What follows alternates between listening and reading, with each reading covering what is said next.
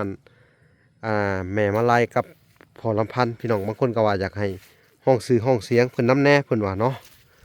FC เพิ่นก็ทักเข้ามาเพิ่นว่าโอ้เม่นเข้ามาว่าฮู้แต่ชื่อลูกบ่ฮู้ชื่อพ่อแม่เพิ่นว่าเพิ่นก็อยากฮู้เนาะ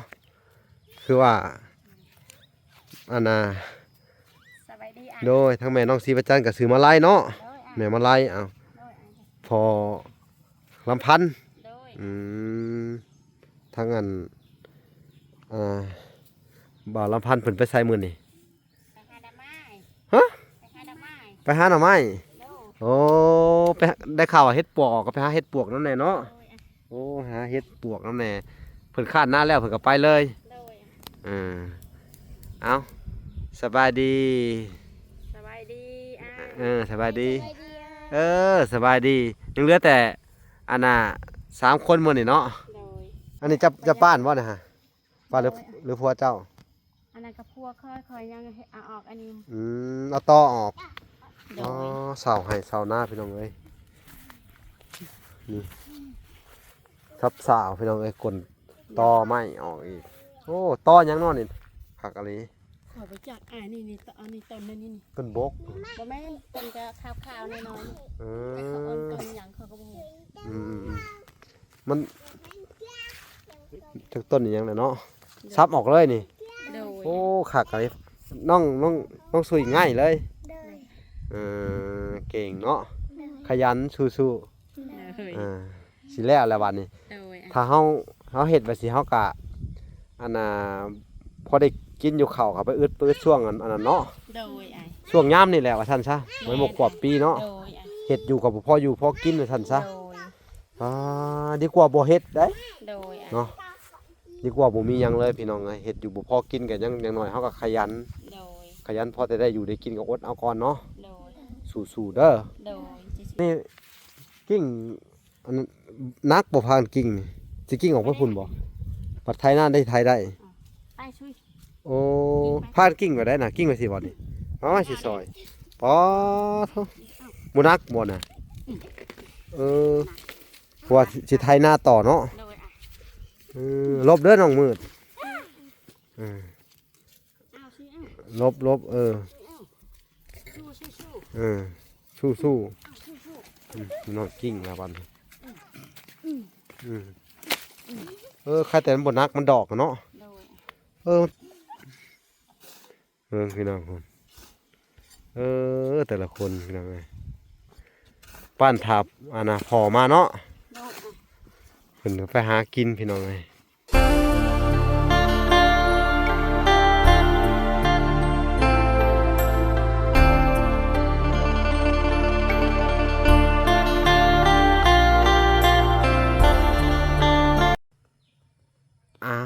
พี่น้องเลยเนาะเปิดภาพมากาอยู่กับครอบครัวน้องศรีประจันทร์คือเก่าเนาะหรือว่าทั้งแม่มาไล่กับพอลำพันธ์พี่น้องบางคนก็ว่าอยากให้ห้องซื้อห้องเสียงเพิ่นน้ำแน่เพิ่นว่าเนาะ FC เพิ่นก็ทักเข้ามาเพิ่นว่าโอ้เม่นเข้ามาว่าฮู้แต่ชื่อลูกบ่ฮู้ชื่อพ่อแม่เพิ่นว่าเพิ่นก็อยากฮู้เนาะ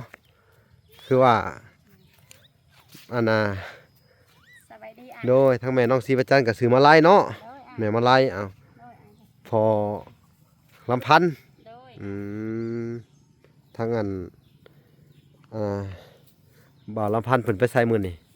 ไปหาดอกไม้ฮะไปหาดอกไม้โอ้ไปได้ข่าวว่าเฮ็ดปวกก็ไปหาเฮ็ดปวกนั่นแหละเนาะโอ้หาเฮ็ดปวกนั่นแหละ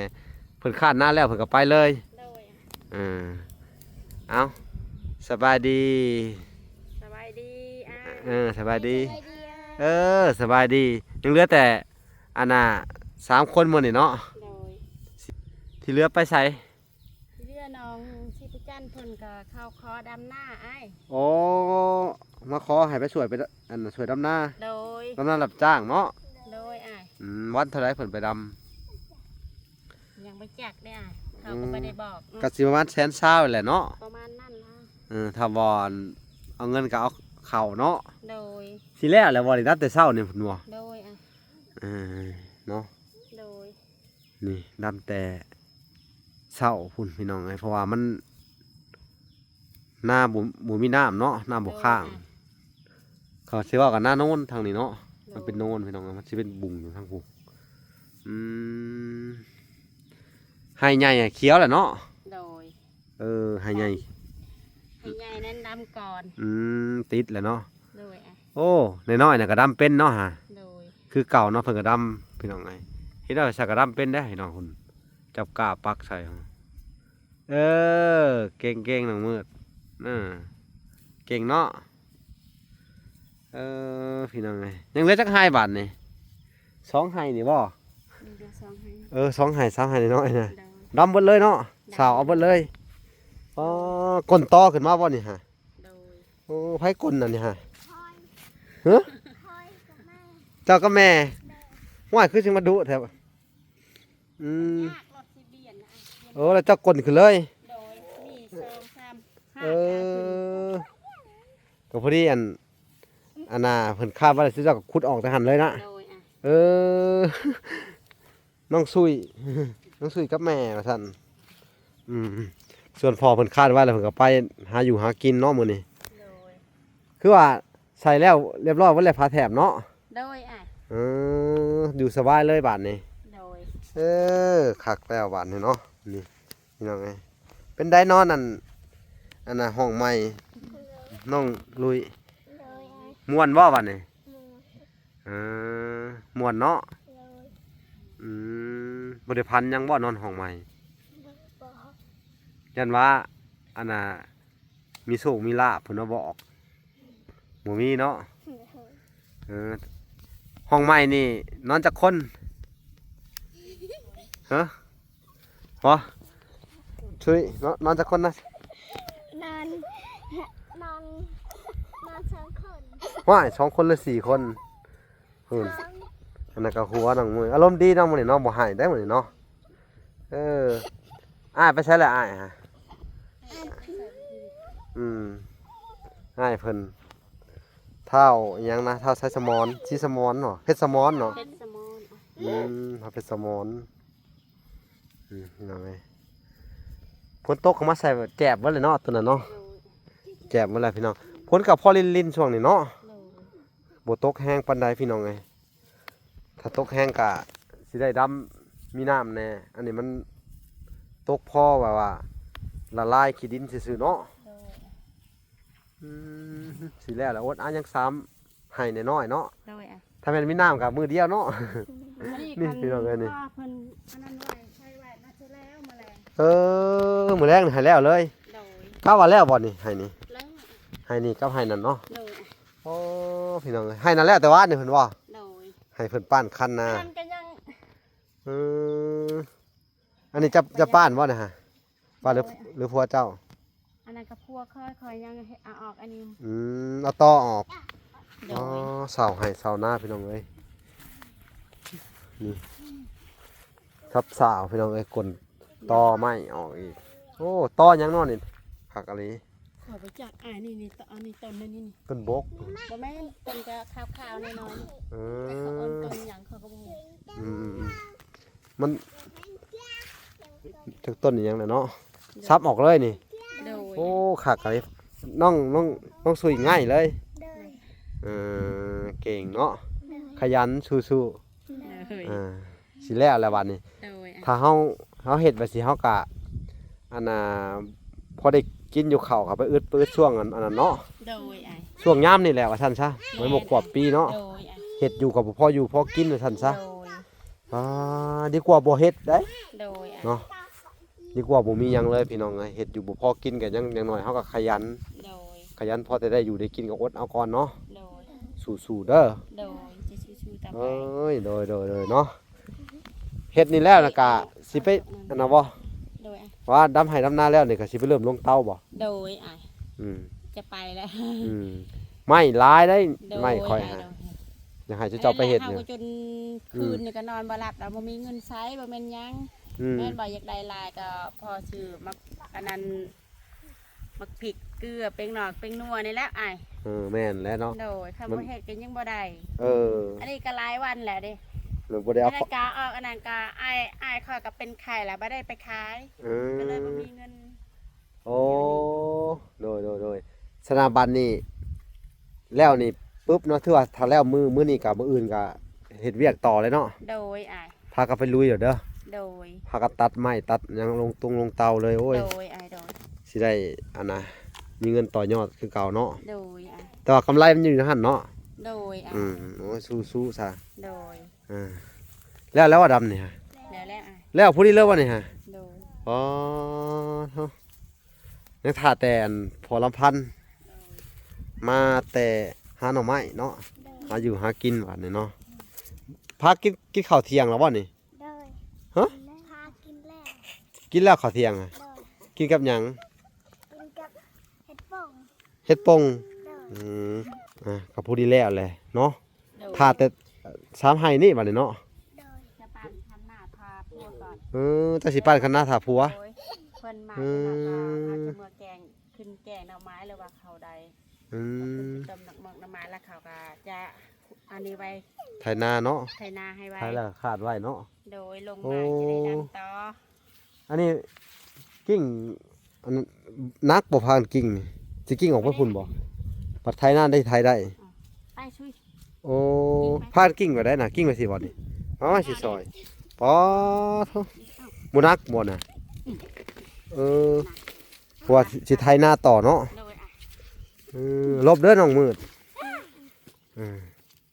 เอาช่วยเอา ลบสู้สู้สู้ สู้ เอาสู้สู้ น้องกิ่งนะบัดนี้ใครแต่มันบ่นักมันดอกอะเนาะ โดยอ่ะ มันเป็นหัวยังอันนี้นี่เนาะหัวมันบ่ หัวมันก็กินบ่ได้มันอัน มันบ่แม่นหัวมันนะพี่น้องเอ้ย หัว กิ่งกลางดงบ่หัวอิหยังเขาเอิ้น โดยอ่ะ ทำหลักแล้วหลายเนาะหัวเนี่ยเนาะอยู่นี่เต็มเลยพี่น้องเอ้ยเอาไปเฮ็ดหักหญ้าได้บ่จักนี่ต้นมันนี่นี่เนาะ โดยอ่ะแม่ นี่ บางคนเขาเอาไปเฮ็ดหักหญ้าได้ฮะ แม่ กิ่งล่ะพี่น้องเอ้ยสาวนาเนาะ โดย สาวคูปี้ก็เป็นไหนาเอาเองเนาะ โดยอ่ะ แต่ก่อนมันเป็นป่าได้นี่ป่า ปลานี่อยู่นี่เด้อ ป่าต้น เข้าจุด เนาะ ให้เข้าได้นี่อยู่นี่เด้อ ป่าตะกี้เห็นไหน โดยอ่ะ ที่มุ้ยใครเข้าได้เนาะ ใช่นี่แหละก็ อืม บางแล้วนี่ จุดเจ้ามาทางคูปี้เนาะก็ได้เนาะ โยอ่ จูดบัดนี่เนาะ จะแปะข้าวเสา เสียเข้าเตาเลย โดยอ่ะ เป็นได้ประโยชน์เนาะอ้อยหั่นนะ โอ้ย เป็นประโยชน์หมดเลยดีพี่น้องเอ้ย เห็ดน้ำตาลูกเอาจอกใส่เข้าไป ฮะ เอาจอก สิป้าข้างหน้าอีก โดยอ่ะ แล้วพี่น้องเอ้ยสิป้าข้างหน้าต่อแล้วเนาะ เสียมเขาได้ลองเอาเสียมนะ ป้าข้างหน้าต่อโอ้เสียวเสียม เอาจอกเนี่ย โอ้นี่พี่น้องเอ้ยสงสารผัวมาแต่หากินเนาะ โดยอ่ะ นี่พี่น้องเอ้ยคักได้พี่น้องเอ้ยต้องเฮ็ดต้องสู้คู่มือเพิ่นว่า โดย บ่สู้เขาบ่มีกินเนาะ โดยอ่ะเฮ็ดกินแค่บ่พอได้กิน ขณะเฮ็ดยังบ่พอกุ้มเนาะ โดยอ่ะ หักดีกว่าบ่เฮ็ดคือว่าแหละถ้าไปขอเขากินนี่บ่มีได้เขาบ่ให้เด้เนาะแต่ว่าทุกเจ้านี่ก็คือว่าแหละบ่เคยขอไผกินเนาะ แม่ขอ หมูมีข้าวมีน้ำก็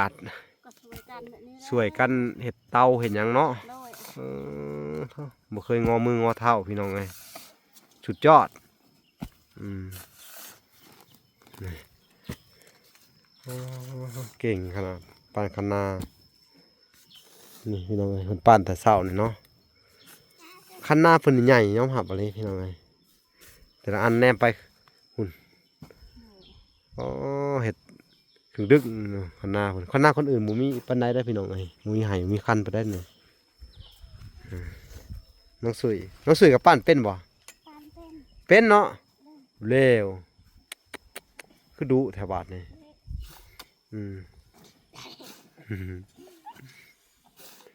พี่น้องคนแต่ละคนพี่น้องไง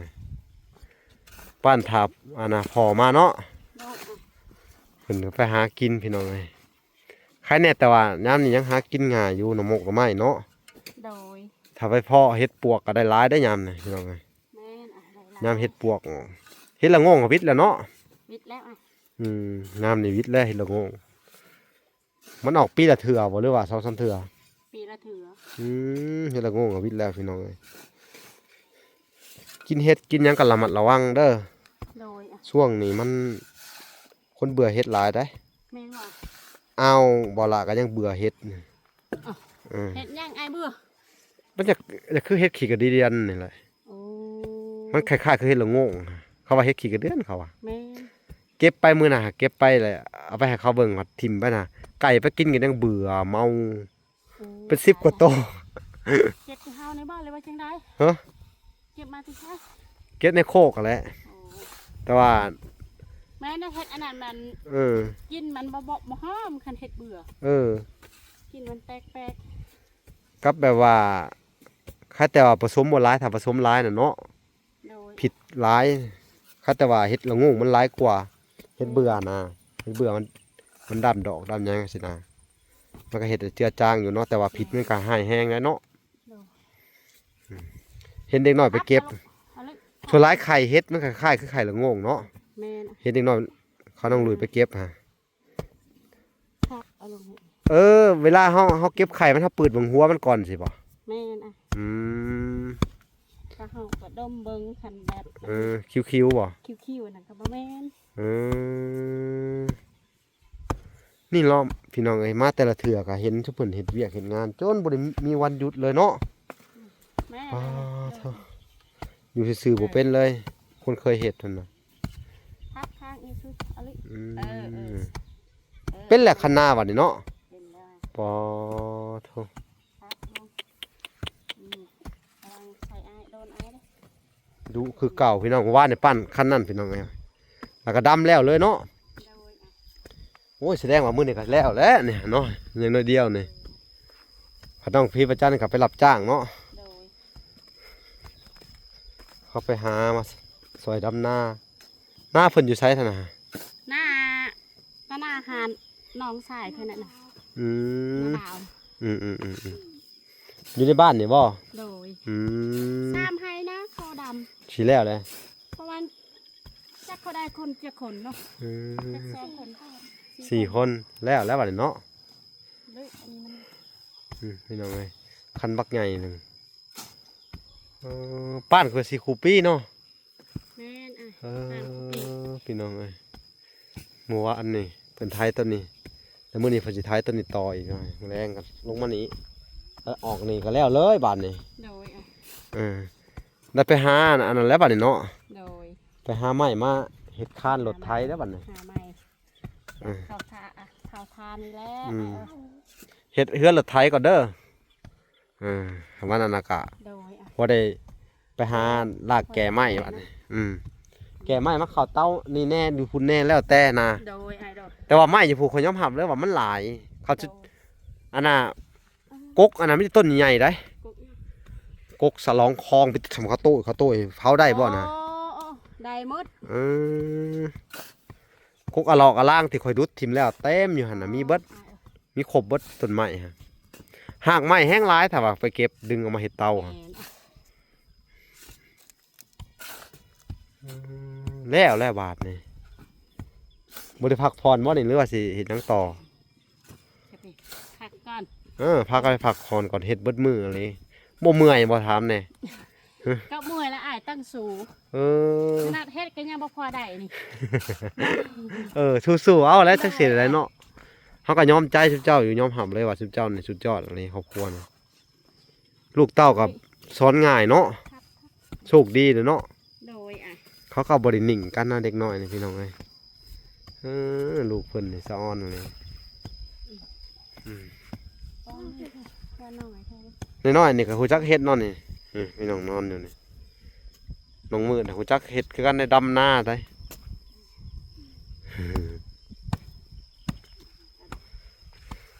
พ่อจะไม่ได้ตีดัง พี่น้องเอ้ยน้อยๆถ้าเฮาพุ่นพุยมันพอนี่ได้กินข้าวได้สำนี่ก็ได้ แม่นอ่ะ สิได้กินข้าวพอยังพอสุเจ้าเอาคันมันได้นี่แหละ โดย ถ้าบ่มีคันนี่หว่านปุ๋ยไปก็บ่มีประโยชน์ได้น้ำปุ๋ย แม่ น้ำปุ๋ยมันไหลออกนี่เนาะ แม่น อืมนี่ยังไง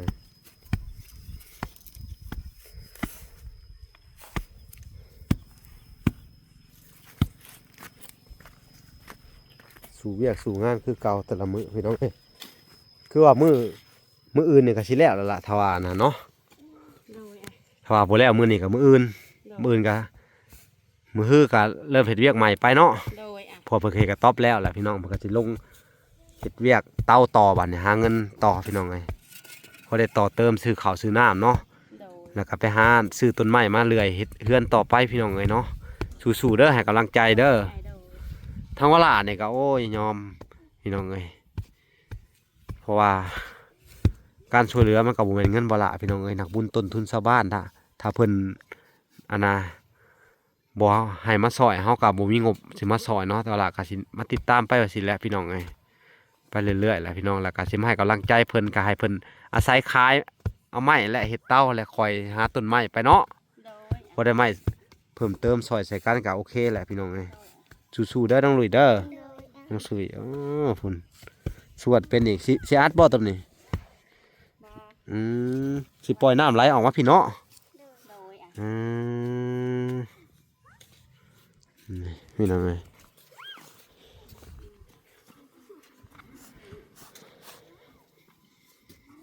ก็ถือว่า แต่ละคนก็ซอยกันเต็มที่เลย ถ้าเพิ่นบ่ซอยกันบ่แล้วขนาดนี้เลยพี่น้องอันนี้ลูกเต่าเพิ่นเป็นหมกเป็นใจเนาะหัวไปหากินเมียมาทางนี้กะปั่นคันไห้คันหน้ากับลูกถ่าโอ้ถือว่าโอเคอยู่พี่น้องเอ้ย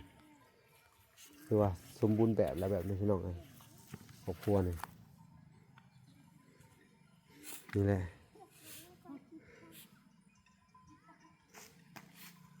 ถือว่าการขยันนี่สุดยอดยกนิ้วให้ทุกเพิ่นเลย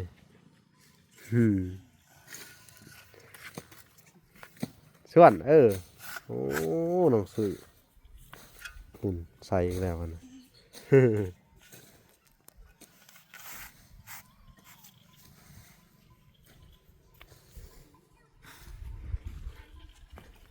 นี่แหละพี่น้องไอ้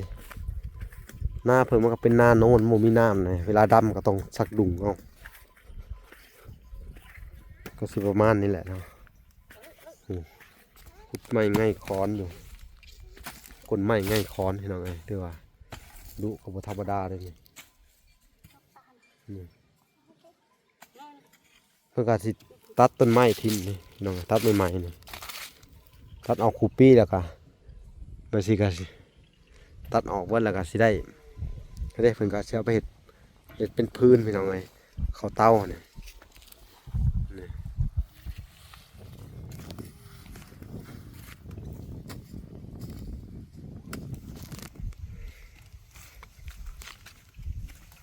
จนบ่พักผ่อนเลยพี่น้องไงแต่ละมือมาทุกครั้งพี่น้องไงเห็นแต่เพิ่นเฮ็ดเวียกเฮ็ดงานคือว่าสุดยอดหลาย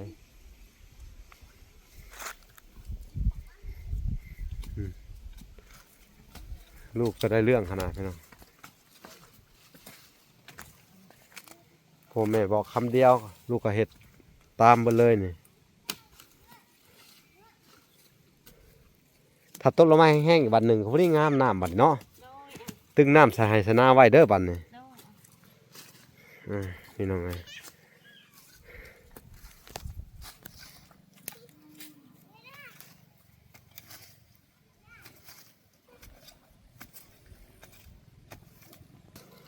นี่พี่น้องไงก็ถือว่าคุณไม้อันนะง่ายค้อนอะไรเนี่ยสุดยอดเป็นการชาวไห่ชาวนาของเนาะแม่วลัยกับพอสีพันนี่แหละพี่น้องไงนี่ถือว่าสุดยอดเลยพี่น้องไงอันนี้ก็เป็นดินน้องทรายเพิ่นแหละเพิ่นชาวให้เขาพี่น้องไงเขาก็ให้เพิ่นเฮ็ดกินเนาะ